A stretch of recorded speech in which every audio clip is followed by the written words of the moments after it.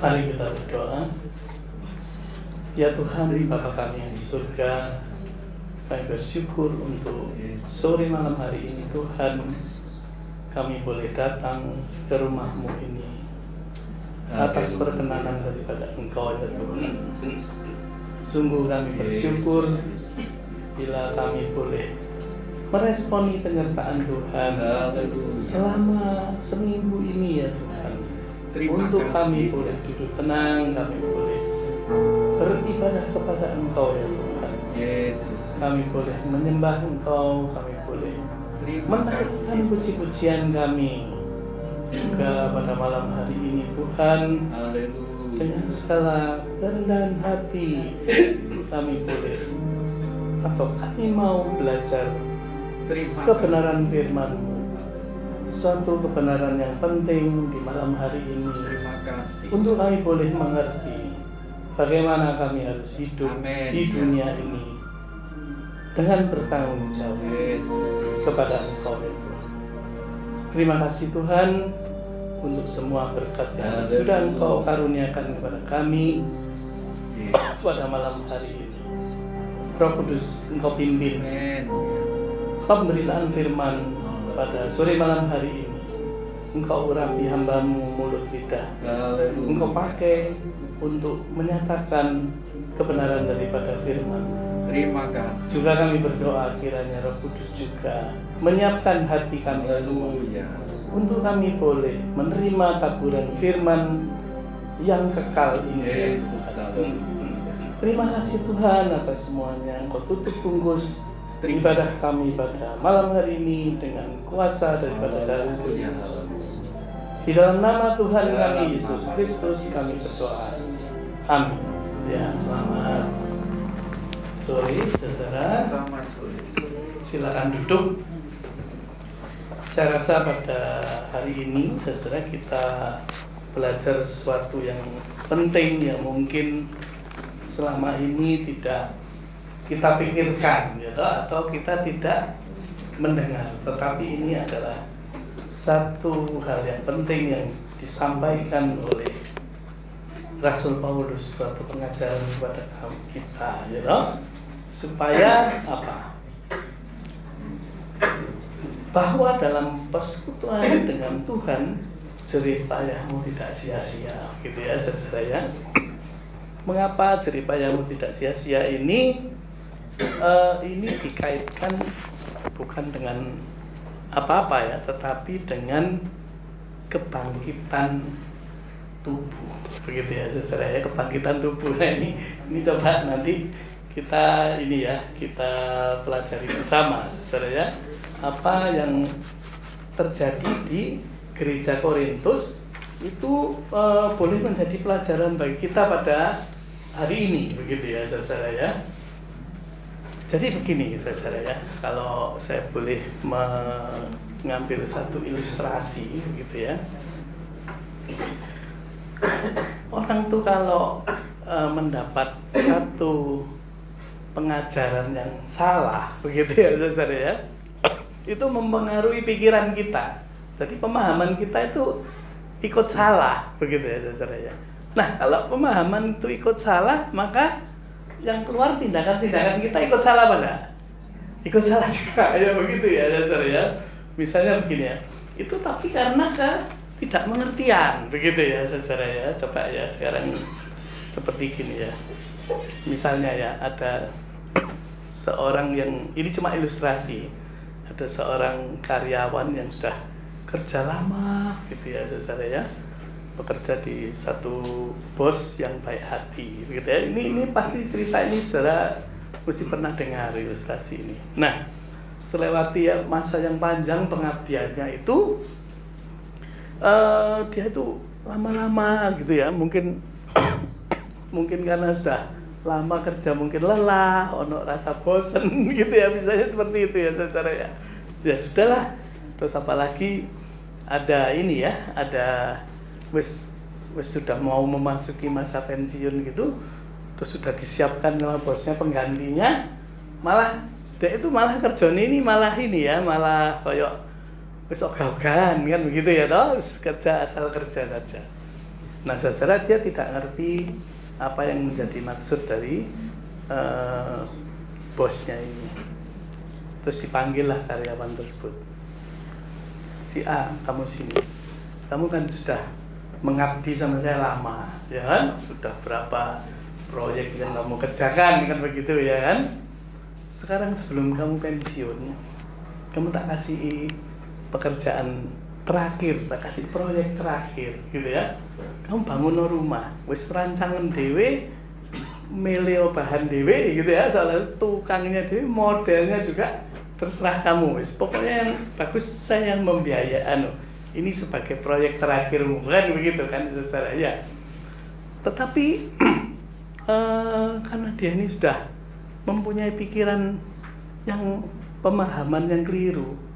Aku ini sudah lama bosku ini kok ngasih saya pekerjaan misalnya begitu ya, kok malah aku ini banyak pensiun Mbok, wis aku ini dibebas aja, malah dikasih satu proyek begitu ya yang seperti tadi ya. Dia akhirnya kerja asal-asalan, cari bahan ya asal-asalan, cari materialnya ya asal-asalan, cari tukang cepet-cepetan yang dadi jendelanya miring ya dibiarno gitu misalnya ya, istilahnya ya begitu.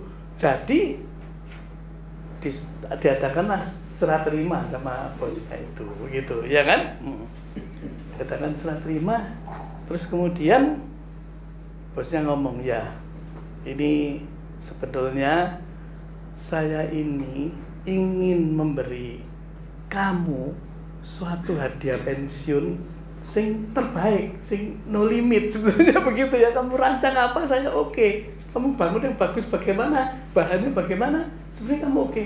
Ya, ini tapi ini kamu ini adalah proyek terakhirmu yang kamu bangun. Ini memang mau tak hadiahkan kepada kamu, begitu. Ya kan? Nah, sekarang pertanyaan saya, kecewa enggak si apa ini namanya? Si karyawan ini tadi? Getun ya dia ya. Bukan kecewa, getun. Apa itu? Getun ya kecewa ya. Gitu. Terus saya mikir, coba tahu. Ya kan begitu ya kan? Tahu.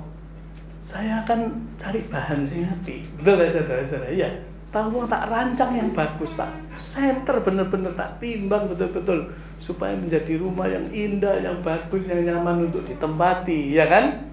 Skalanya tak carikan bahan yang mewah, tukang yang bagus, kan mestinya begitu toh saudara. Tetapi sudah terlanjur. Kenapa? Karena dia punya pikiran ini salah, punya pemahaman ini salah, begitu ya toh? Mengakibatkan tindakannya juga salah, betul lah saudara, ya kan? Nah saudara, inilah yang terjadi ya, apa namanya, satu ilustrasi ya. Biasanya pesan moralnya kan gini, kalau kerja itu selalu yang baik ya, kan begitu ya. Tapi enggak lah, ini cuma satu ilustrasi. Sebenarnya karena kepemahaman yang salah, dia getun, ya tahu saudara ya. Yang lebih cilaka lagi apa? Misalnya, yang lebih cilaka menurut saya gini, sudah tahu ya kan, mau ini bangun rumah, bangun proyek ini mau tak kasih kamu sebagai hadiah pensiun, tetapi garapnya sih asal-asalan. Itu berarti apa namanya? Kebacut gitu ya saudara. Nah saudara, sebenarnya di jemaat di Korintus ini yang kita bahas pada malam hari ini itu perikopnya itu diambil dari 1 Korintus 15 mengenai kebangkitan, saudara ya. Ini satu hal yang sangat penting. Nanti saudara perhatikan ya. Mungkin kita nggak pernah selama kita menjadi orang Kristen, kita nggak pernah mengerti soal hari ini, begitu ya saudara ya. Nah karena kita ngerti, menyebabkan nanti kita ini sembarangan gitu loh, ngeremehkan seperti contoh tadi karyawan yang meremehkan itu, ya kan? Nah,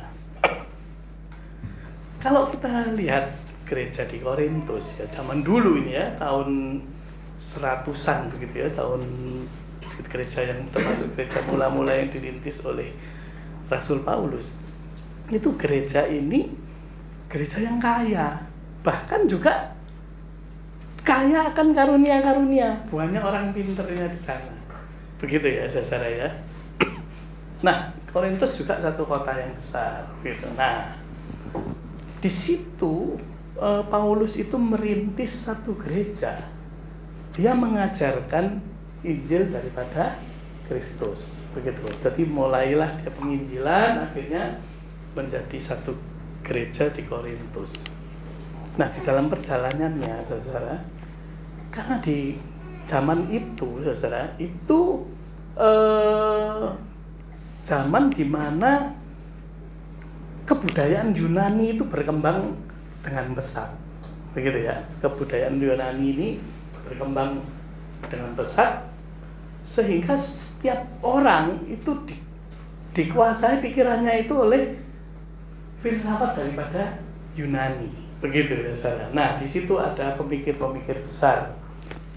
Kalau saudara dengar ya, saya juga nggak pernah belajar, saya cuma belajar sekilas. Ada yang namanya Socrates, gitu. Itu seorang pemimpin, seorang filosof. Ada yang namanya muridnya itu Plato, gitu ya, saudara ya, nah, gitu ya. Nah, ajaran yang berkembang di sini ini itu adalah ajaran dualisme. Ya. Apa dualisme itu kira-kira begini. Jadi manusia ini, saudara, manusia ini dibagi menjadi dua, ya toh? Satu, manusia jasmania, yaitu tubuh ini, begitu ya, saudara. Dan manusia dan roh dan jiwa, begitu ya. Jadi manusia ini kan memang manusia itu yang dinamakan manusia itu kan tubuh plus jiwa dan roh, betul ya saudara ya, gitu ya. Nah, ini ajaran daripada Plato ini atau dualisme ini, saudara, yang berkembang pada waktu itu yang ceket di otaknya dari orang-orang termasuk jemaat di Korintus itu bahwa tubuh ini jahat, jasmani ini jahat. Yang kelihatan jasmani ini adalah materi ini jahat, begitu. Lah, yang baik itu adalah jiwa dan roh ini. Sehingga kalau tubuh ini jahat, ini terpisah dengan jiwa ini. Ya, artinya tubuh sampai jiwa ini dewi-dewi, gitu. Makanya namanya dualisme ya. Tubuh ini malah memenjara daripada jiwa atau rohnya ini.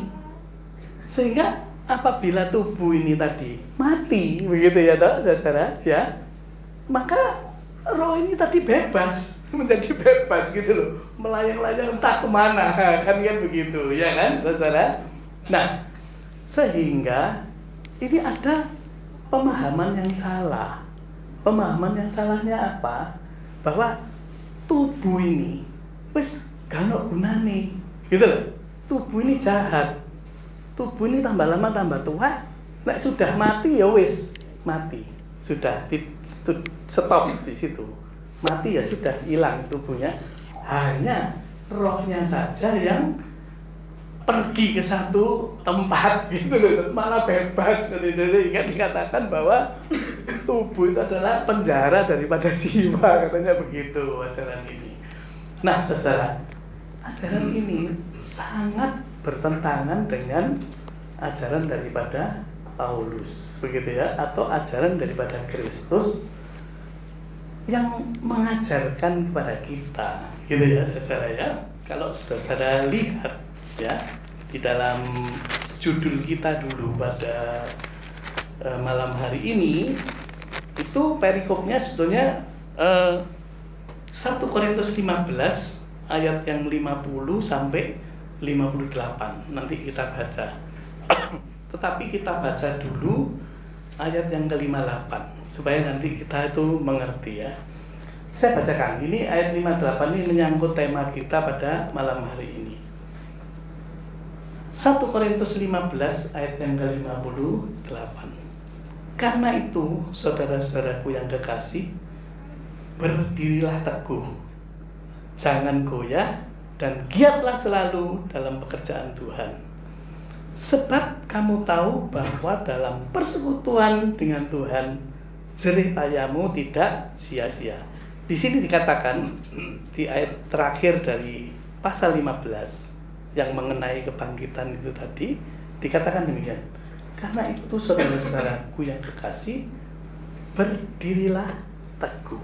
Begitu ya. Nah, berdiri teguh itu berdiri di atas apa? Begitu loh saudara ya. Makanya di ayat yang ke-1 atau di ayat 1 sampai 3 ya saudara ya toh, dikatakan demikian ya.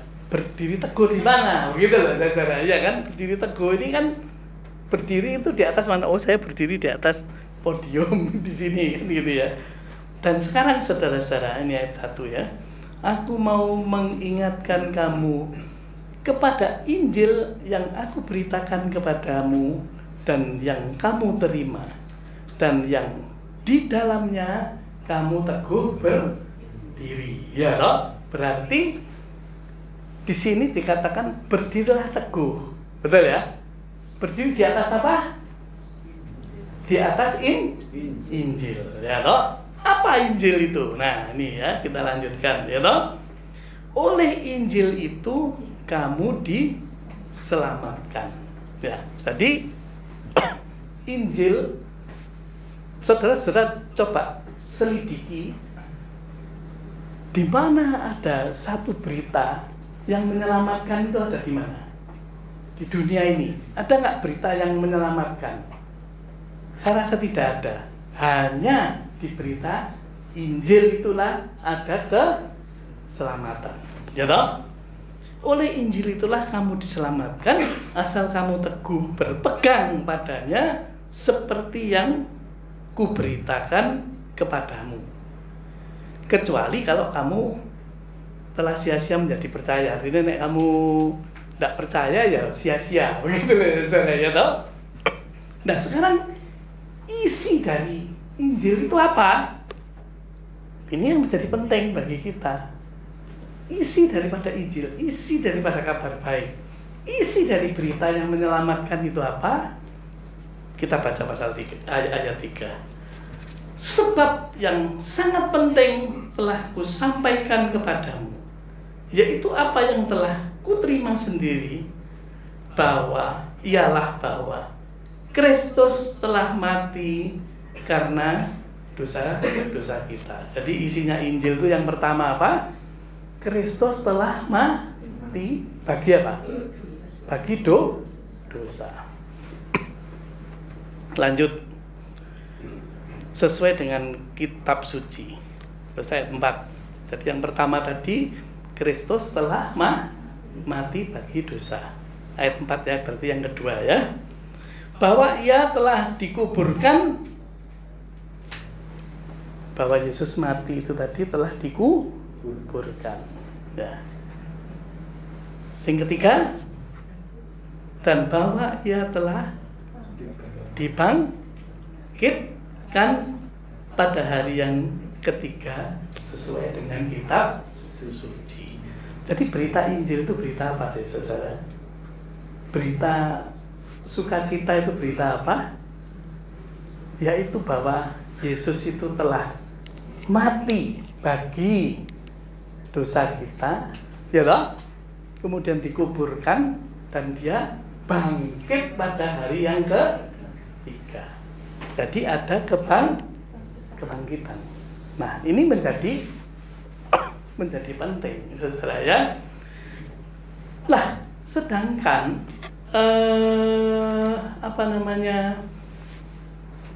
orang Kristen pada waktu itu di Korintus ini banyak dipengaruhi oleh filsafat Yunani ini tadi, bahwa tubuh tadi kan terpisah dengan jiwa dan roh. Betul ya saudara ya? Itu kalau tubuh ini mati, ya wes, tidak ada kebangkitan. Begitulah saudara. Ya. Rohnya saja begitu kan. Nah, padahal kalau kita perhatikan di dalam kitab Kejadian, pada waktu Allah itu menciptakan manusia, maka Allah membentuk manusia itu dari debu tanah. Betul ya? Dari debu dan tanah, dari materi. Ya loh? Kemudian Allah menghembuskan nafasnya, artinya memberi jiwa dan roh. Begitu ya? Memberi roh, menghembuskan nafasnya, maka jadilah dia makhluk yang hidup, manusia yang hidup. Jadi yang dinamakan manusia itu apa? Saudara? Kalau menurut filsafat Yunani, manusia itu ya jiwanya. Kalau materinya ini yang melekat ini bosok, ini nanti rusak, semakin hari semakin tua, digerogoti sakit, digerogoti apa dan lain, mati ya sudah begitu. Nah, sedangkan ajaran daripada kekristenan, ajaran daripada Kristus Yesus, ajaran daripada Rasul Paulus yang itu mengatakan bahwa yang namanya manusia itu adalah tubuh dan jiwa dan roh. Begitu ya, saudara ya. Sekarang saya tanya, tubuh tanpa jiwa dan roh namanya apa? Hah? Hah? Mayat. Jenazah gitu. Roh tanpa tubuh hantu. Betul kan, saudara? Nah, yang dinamakan manusia memang lain. Jadi Tuhan itu menciptakan manusia seutuhnya ini adalah tubuh dan jiwa dan roh. Begitu ya, tubuh dan jiwa atau roh. Begitu ya, saudara ya. Itulah manusia. Nah, sekarang ajaran daripada Injil yang diberitakan itu bahwa Injil itu adalah bahwa Kristus itu telah mati bagi dosa-dosa kita, mati bagi dosa-dosa kita, dikuburkan dan bangkit. Betul ya, saudara ya? Jadi Kristus itu tubuhnya bangkit atau tidak? Hah? Atau cuma rohnya saja? Tubuhnya bangkit karena dia menampakkan diri kepada muridnya. Bahkan dia menampakkan diri kepada Thomas. Ya loh? Ini Thomas, kamu kan tidak percaya. Cocokkan di sini, cocokkan di lambung. Betul ya, saudara ya? Jadi Tuhan Yesus itu yang bangkit adalah yang sulung. Kan dikatakan demikian ya, nanti saudara baca di 1 Korintus 15 ini. Yang sulung. Tubuhnya ini bangkit. Nah, tubuhnya seperti apa? Bangkitan tubuh itu. Begitu ya, saudara ya. Pada waktu Tuhan Yesus itu mati di kayu salib, dikatakan tubuhnya tercapek-capek lah, saudara. Iya toh? Wah, itu sampai dedel-duel semua, ya kan? Bahkan ada yang patah tulangnya dan lain-lain. Betul ya, saudara ya? Tetapi pada waktu kebangkitan, itu luka-lukanya ada nggak tubuhnya? Tidak ada. Jadi tubuhnya Yesus itu, tubuh kebangkitan itu tubuh yang berbeda. Begitu ya, saudara ya? Kenapa? Kenapa kok ada lubang paku dan cucukan lambung?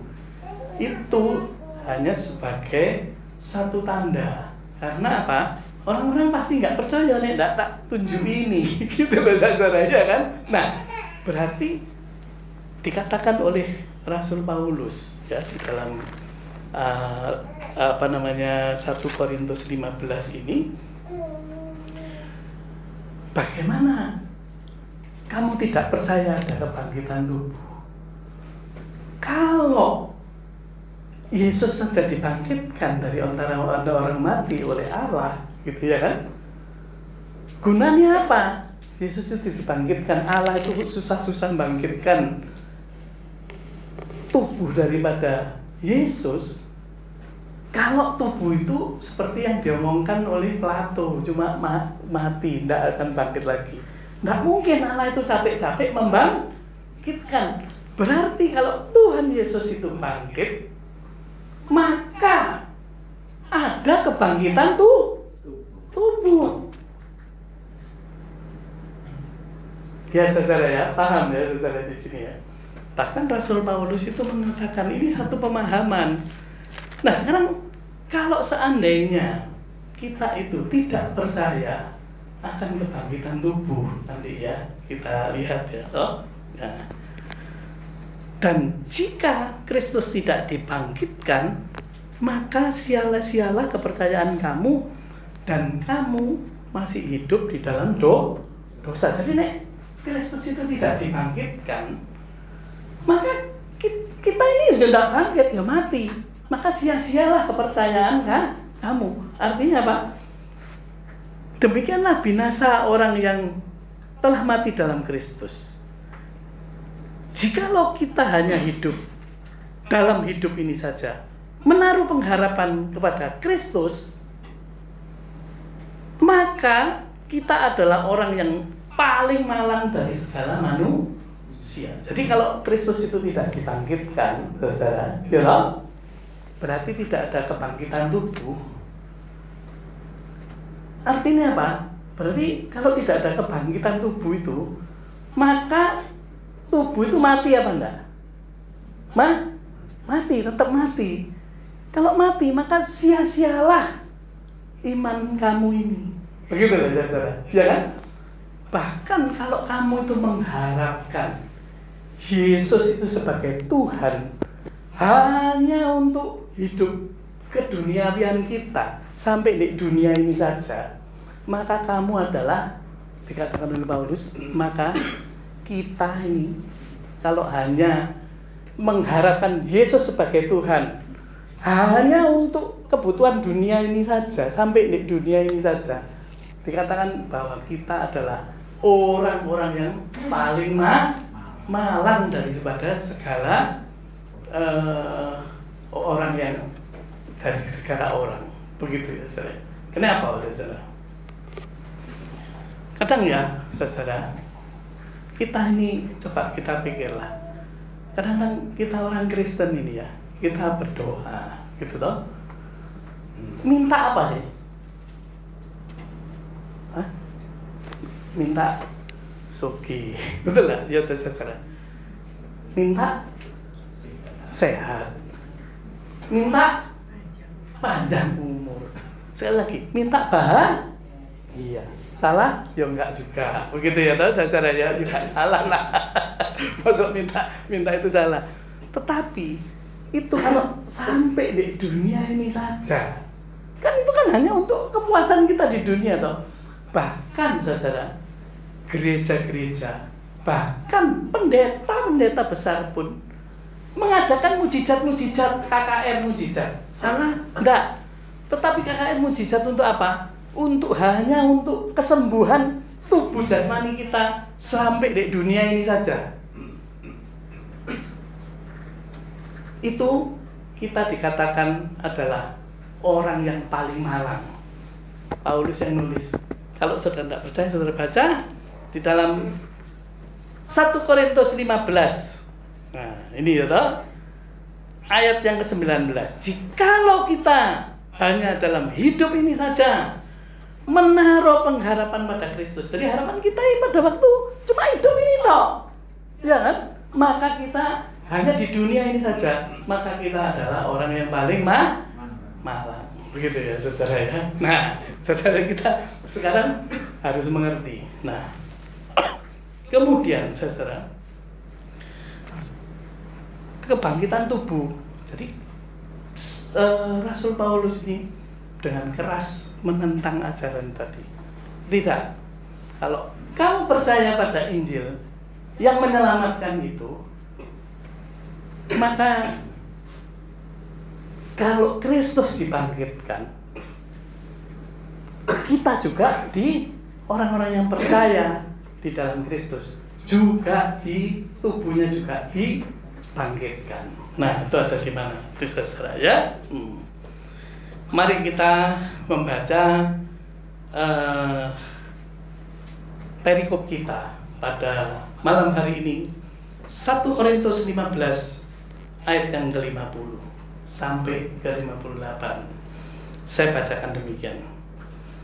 Saudara-saudara, inilah yang hendak kukatakan kepadamu, yaitu bahwa daging dan darah tidak mendapat bagian dalam kerajaan Allah. Daging dan darah itu artinya apa? Tubuh, jasmani kita selama kita hidup. Ya sekarang ini, tubuh kita ini tidak akan mendapat bagian di dalam kerajaan Allah. Ya, coba ya, perhatikan ya. Jadi, saudara-saudara, inilah yang hendak kukatakan kepadamu, yaitu bahwa daging dan darah tubuh ini tidak mendapat bagian dalam kerajaan Allah, dan bahwa yang binasa tidak mendapat bagian dalam apa yang tidak binasa. Sesungguhnya aku mengatakan kepadamu satu rahasia. Kenapa, saudara? Tuhan itu kan menciptakan kita tubuh dan jiwa, betul ya, dengan roh ya, karena dia mengembusi. Pada waktu Tuhan menciptakan manusia, Adam, manusia yang pertama, Tuhan melihat semuanya itu baik apa enggak? Baik. Jadi tubuh dan jiwanya itu tidak akan mati. Begitu ya saudara. Semuanya itu baik, hidup bersama-sama dengan Tuhan. Nah, tapi karena manusia itu jatuh ke dalam dosa, maka pada waktu engkau memakan buah itu, maka engkau akan mati. Betul ya saudara? Sehingga tubuh yang ada pada Adam yang pertama itu, saudara, itu akan binasa, ya betul, akan mati. Ya toh, saudara ya. Coba kita lanjutkan. Jadi tubuh yang fana ini hanya kita gunakan hanya untuk di dunia ini saja. Paham ya? Sampai sini paham ya? Jadi tubuh kita yang sekarang ini hanya digunakan untuk di dunia ini saja. Kita lanjut. Sesungguhnya aku mengatakan kepadamu suatu rahasia. Kita tidak akan mati semuanya, tetapi kita semuanya akan diubah dalam sekejap mata, pada waktu bunyi nafiri yang terakhir. Sebab nafiri akan berbunyi dan orang mati akan dibangkitkan dalam keadaan yang tidak dapat binasa, dan kita semua diubah.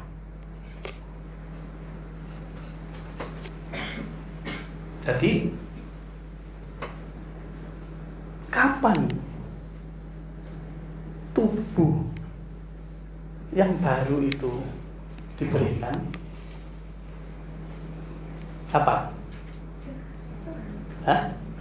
Saya ulangi ya.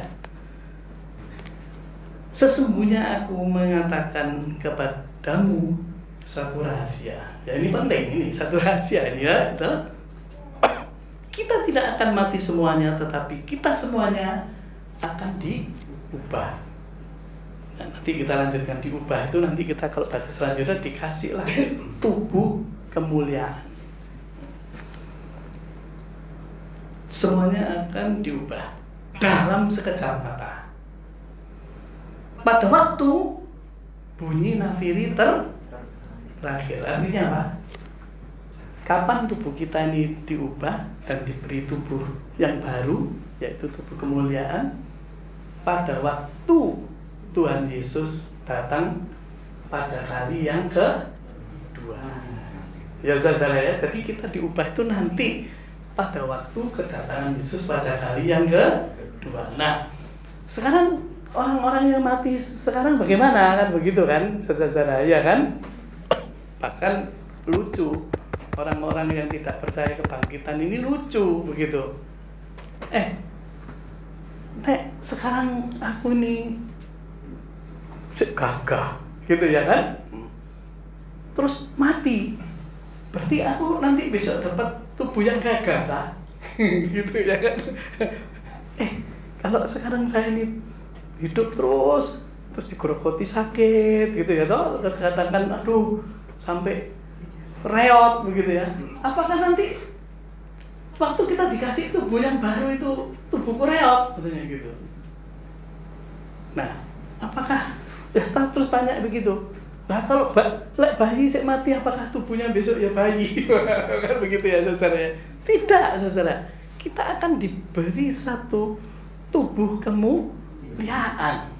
Nah, itu tubuh kemuliaan bagaimana? Ya kita nggak tahu sekarang. Begitu ya saudara ya. Tetapi ini sudah diberitakan, sudah dikasih tahu bahwa tubuhmu ini memang mati nanti. Sekarang bagi orang-orang yang mati, kan bukannya kan dia sekarang sudah ada di pangkuan Abraham, ya kan? Ada di pangkuan Abraham, ada yang mengatakan ada di Firdaus, ada yang mengatakan itu istilahnya intermediate state, begitu ya kan? Tetapi itu masih rohnya, begitu ya saudara. Sehingga dikatakan pada waktu nanti kedatangan Kristus pada hari yang kedua, maka tubuh orang-orang yang sudah mati itu tadi akan dibangkitkan. Kita semua yang masih hidup katanya pada waktu kedatangan Tuhan langsung dalam sekejap mata diubah menjadi satu tubuh yang baru. Tubuh yang baru itu tubuh yang bagaimana? Tubuh yang tidak dapat binasa, yang hidup kekal sampai selama-lamanya bersama dengan Tuhan. Tetapi orang-orang yang tidak di dalam Tuhan, orang-orang yang berdosa, dia juga akan mengalami hidup kekekalan. Tapi kita tidak mengatakan dia dikasih tubuh yang apa, begitu saudara, ya kan? Tetapi dia akan menderita menderita sampai dengan kekekalan. Nah, orang-orang yang percaya pada Kristus diberi tubuh yang baru, begitu ya saudara ya. Tubuh yang baru ini hidup bersama-sama dengan Allah di surga. Tidak ada sakit penyakit, tidak ada kertak gigi. Semuanya sukacita setiap hari. Semuanya memuji Tuhan setiap hari. Itu adalah tubuh yang baru yang diberikan kepada kita pada waktu nafiri yang terakhir, pada waktu kedatangan Kristus pada kali yang kedua. Nah, ini sudah diberitakan kepada kita pada hari ini. Pada malam hari ini selagi kita ini masih hidup di dunia. Betul ya saudara ya? Nah, pada waktu kita hidup di dunia ini, bukankah kita ini menanti kedatangan Kristus pada kali yang kedua? Begitu ya saudara ya? Nah, sekarang kita lanjutkan dulu. Karena yang tidak dapat binasa harus karena yang dapat binasa harus mengenakan yang tidak dapat binasa, dan yang dapat mati harus mengenakan yang tidak dapat mati. Dan sesudah yang dapat binasa ini mengenakan yang tidak dapat binasa, dan yang mati ini mengenakan yang tidak dapat mati, gitu ya. Jadi tubuh yang lama yang dapat binasa itu tidak mendapat bagian di dalam kerajaan Allah, tetapi tubuh yang baru yang mendapat bagian dalam kerajaan Allah, gitu ya. Kapan tubuh yang baru itu tadi diberikan, begitu ya, atau dikenakan, begitu ya, saudara ya. Ini satu pemahaman yang perlu mendapat perhatian dari Bapak Ibu, yang bertentangan tadi dengan dualisme tadi. Bahwa yang dikatakan manusia seutuhnya itu adalah tubuh dan roh. Betul ya saudara ya? Tadi kan kalau tubuh tok itu tanpa roh mayat, kalau roh tok tanpa tubuh hantu. Dan kita diciptakan oleh Tuhan sejak dari semula itu tubuh dan roh. Paham ya saudara ya? Kalau malaikat dia adalah makhluk roh, tidak ada tubuhnya. Nah, tetapi di dalam tubuh yang baru itu, di dalam ajaran Tuhan Yesus itu tidak kawin mengawinkan, tidak ada anak beranak lagi, begitu ya saudara ya. Dan itulah tubuh yang baru yang dikenakan, yang tidak dapat binasa tadi. Kita akan mendapat tubuh yang baru tersebut. Nah, ini saudara ya. Pada waktu kedatangan Kristus pada kali yang kedua itu, di mana tubuh yang lama itu berganti menjadi tubuh yang baru. Artinya, dengan kebangkitan Kristus sebagai yang pertama tadi, yang sulung tadi, maka Paulus mengatakan bahwa tubuh yang lama yang berdosa itu, yang diikat oleh kuasa dosa, memang harus mati. Tetapi tubuh yang baru itu mengalahkan maut. Kenapa? Kalau ini tarung toh, maut ini membawa maut, ini membawa hidup. Berarti kalau hidup, mautnya kalah apa menang? Yang menang adalah yang hidup, yang maut kalah. Oleh sebab itu Paulus mengatakan, maut telah ditelan dalam kemenangan. Hai maut, di manakah kemenanganmu? Dengan kebangkitan Kristus ini tadi, saudara, itu menyatakan bahwa Allah sudah menang atas iblis dalam pertempuran ini tadi. Hai maut, di manakah sengatmu? Sengat maut adalah dosa. Ya, karena apa? Karena dosalah yang membawa kita kepada kematian, ya toh? Sengat maut adalah dosa, dan kuasa dosa adalah hukum Taurat. Tetapi syukur kepada Allah yang memberikan kepada kita kemenangan oleh Yesus Kristus. Jadi di dalam Kristus itu tadi, saudara, kalau kita percaya kepada Injil daripada Kristus, bahwa Kristus itu mati untuk dosa-dosa kita, tidak titik sampai di situ. Kalau titik sampai di situ, maka kita ini percaya kepada Yesus itu hanya sampai di dunia ini, membuat mujizat lah, memberi sehat lah, memberi kaya lah, untuk hidup di dunia saja. Dan itu yang di dunia itu akan mati, itu tidak kekal, begitu saudara ya. Tetapi karena kebangkitan Kristus ini tadi, saudara, maka kita akan mendapatkan tubuh yang baru, gitu ya saudara ya. Nah, sekarang kalau kita mengerti hal ini, sekarang ini, di dalam, saya percaya bahwa tubuh yang baru pun itu juga mempunyai nilai yang berbeda-beda. Tubuh kemuliaan ini mempunyai nilai yang berbeda-beda. Bahkan dikatakan kemuliaan matahari tidak sama dengan kemuliaan bulan. Saudara-saudara baca di sini ya, terus kemuliaan apalagi tidak sama dengan ini dan lain-lain.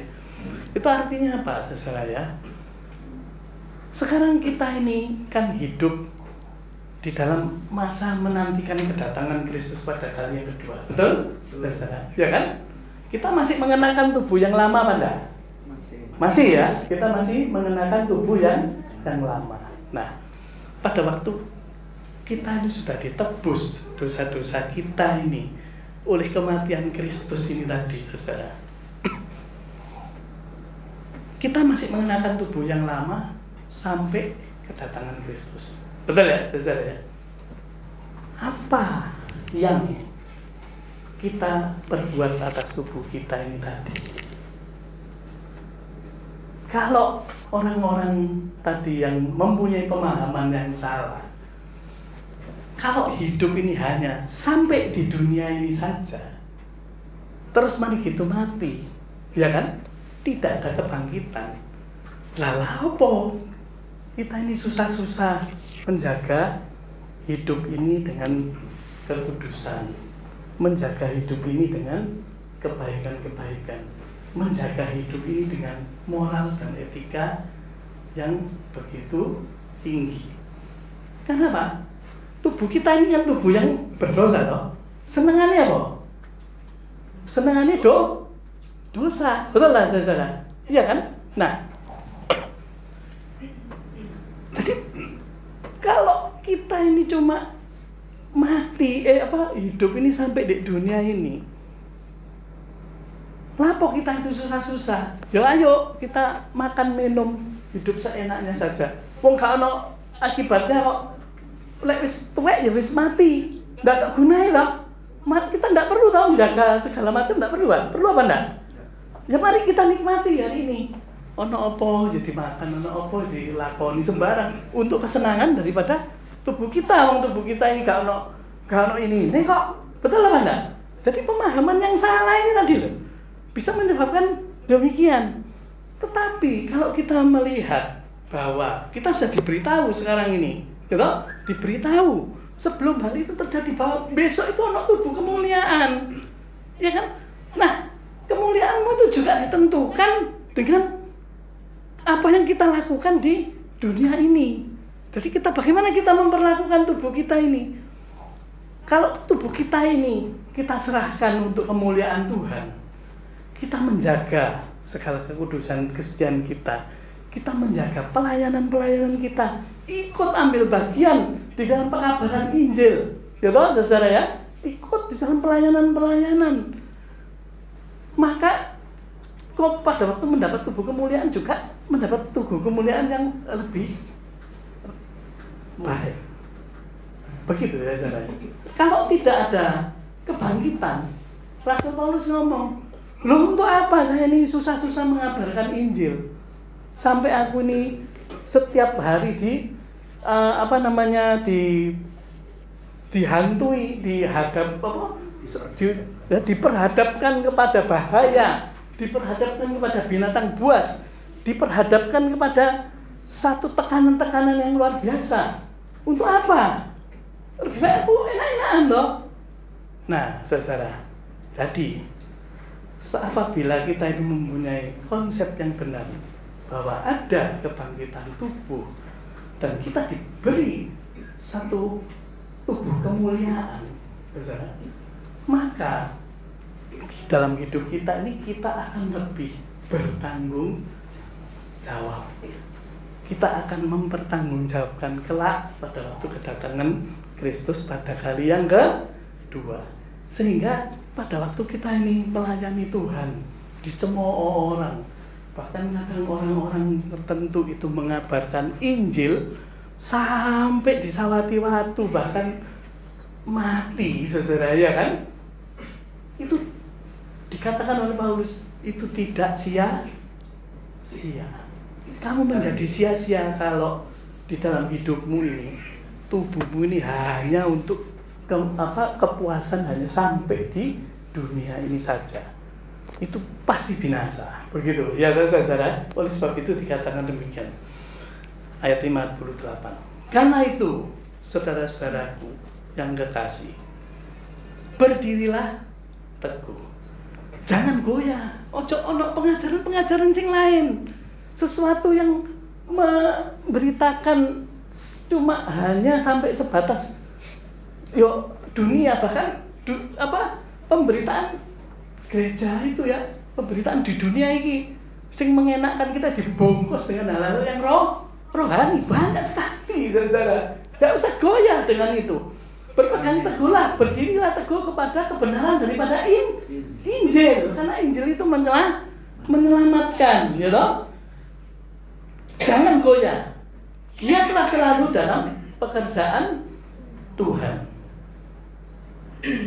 sehingga persekutuanmu, hidupmu di dalam Tuhan itu, hidup kamu mengikuti Tuhan yang kadang itu melawan daging ini, ya toh, tidak enak kadang itu bagi tubuh jasmani, ya toh, itu tidak akan sia-sia. Mari kita merenungkan hal ini, saudara. Selagi kita masih hidup, ya, masih ono waktu bagi kita, kesempatan kita untuk bertobat, mengejar Makanya Tuhan Yesus dalam ajarannya bolak-balik ngomong, ya toh? Orang yang digolek ya orang itu apa sih? Cuma harta yang di dunia. Suatu hari Tuhan Yesus memberi perumpamaan. Orang kaya yang bodoh toh, ya toh? Orang kaya menumpuk dia dengan lumbung-lumbungnya, begitu ya, saudara ya. Oh, hidupku pasti terjamin. Tuhan Yesus ngomong, goblok kamu itu, bodoh. Apa? Kok kamu nggak tahu kok sesuk kan mati, tidak ngerti kok. Untuk apa? Untuk siapa kekayaanmu itu? Tetapi apakah kita sebagai orang Kristen ini nggak boleh kaya, harus menderita? Ya tidak juga, saudara. Hidupmu ini kalau mau kaya, biarlah kekayaan untuk kemuliaan Tuhan, begitu ya. Kalaupun sampai kita itu soro, ingat toh bahwa tetap kita itu akan mendapat tubuh kemuliaan sebagai orang yang bekerja, sebagai orang yang sekolah. Memang panggilanmu itu ya kerja sing baik. Kalau sekolah ya sekolah sing baik, belajar. Orang Kristen harus seperti itu. Nah, inilah yang harus menjadi perenungan daripada kita. Bahkan kan orang-orang Kristen itu ya, anak-anak sekolah ya, Kristen rajin itu. Nah, kamu jangan takut. Jeripayahmu itu tidak akan sia-sia kalau itu untuk kemuliaan nama Tuhan. Selama kamu hidup di dalam Kristus, di dalam perintah-perintahnya, di dalam ajaran-ajarannya, maka pasti engkau tidak akan sia-sia. Karena apa tadi? Karena kebangkitan daripada Kristus. Ada kebangkitan tubuh. Ini persis tadi, saudara ya, dengan tadi orang yang dikasih proyek terakhir sebelum pensiun tadi itu ya, saudara ya. Oh, saya naik TV, kamu nanti rugi. Nah, sing paling cilaka apa? Kita hari ini kita sudah dikasih tahu, begitu ya. Tetapi kita sih melakukan pekerjaan yang asal-asalan. Itu namanya cilaka. Mari kita berdoa kiranya firman Tuhan pada hari ini sungguh menguatkan kita sebagai orang-orang Kristen apapun keadaan kita pada hari ini. Mari kita berdoa. Kami bersyukur Bapa di surga untuk kebenaran firman Tuhan pada malam hari ini. Satu kebenaran yang Engkau sendiri ajarkan kepada kami. Satu rahasia yang Engkau sendiri singkapkan kepada kami. Roh Kudus, kiranya pada malam hari ini biarlah firman-Mu ini boleh tertanam di dalam setiap hati kami, setiap pikiran kami, sehingga setiap apa yang kami lakukan biarlah itu semuanya dengan tulus untuk kemuliaan bagi nama-Mu. Tolonglah kami ya Tuhan untuk percaya kepada Engkau ya Tuhan. Tambahkanlah iman kami. Juga kami mohon ya Tuhan, karena kami masih mendiami tubuh kami ini, mendiami darah dan daging ini ya Tuhan, yang senantiasa menyeret kami ke dalam satu kematian, ke dalam maut. Kiranya Tuhan, Roh Kudus-Mu senantiasa memegang tangan kami. Firman-Mu setiap hari biarlah mengubah atau menggelitik atau mengasah hati pikiran kami, supaya kami berpegang teguh kepada kebenaran-kebenaran daripada firman-Mu. Ya Tuhan, kami menyadari bahwa hidup di dunia ini memang sulit, menghadapi berbagai macam persoalan yang menekan kehidupan kami. Apakah persoalan-persoalan keluarga, persoalan ekonomi ya Tuhan, persoalan kesehatan, kami tidak tahu satu persatu pergumulan kami. Tetapi kalau kami mendengar kebenaran firman-Mu pada malam hari ini, kiranya Tuhan Engkau memberi kekuatan kepada kami, supaya kami boleh berpegang teguh, berdiri teguh di dalam kebenaran daripada Injil Kristus yang menyelamatkan, yang memberikan kepada kami suatu kehidupan yang kekal kelak, yang tidak akan berakhir bersama-sama dengan Engkau di surga. Terima kasih Tuhan untuk singkapan firman-Mu pada malam hari ini.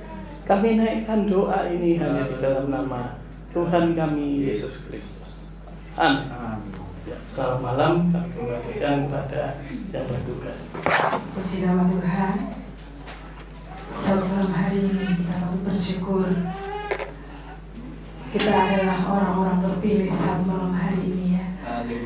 Benar-benar berkat yang luar biasa. Kalau kita ada di tempat ini saat ini, kita diberi kesempatan untuk kita boleh dibukakan rahasia dari hal yang begitu luar biasa, begitu besar, yang kadang-kadang kita lupa memang.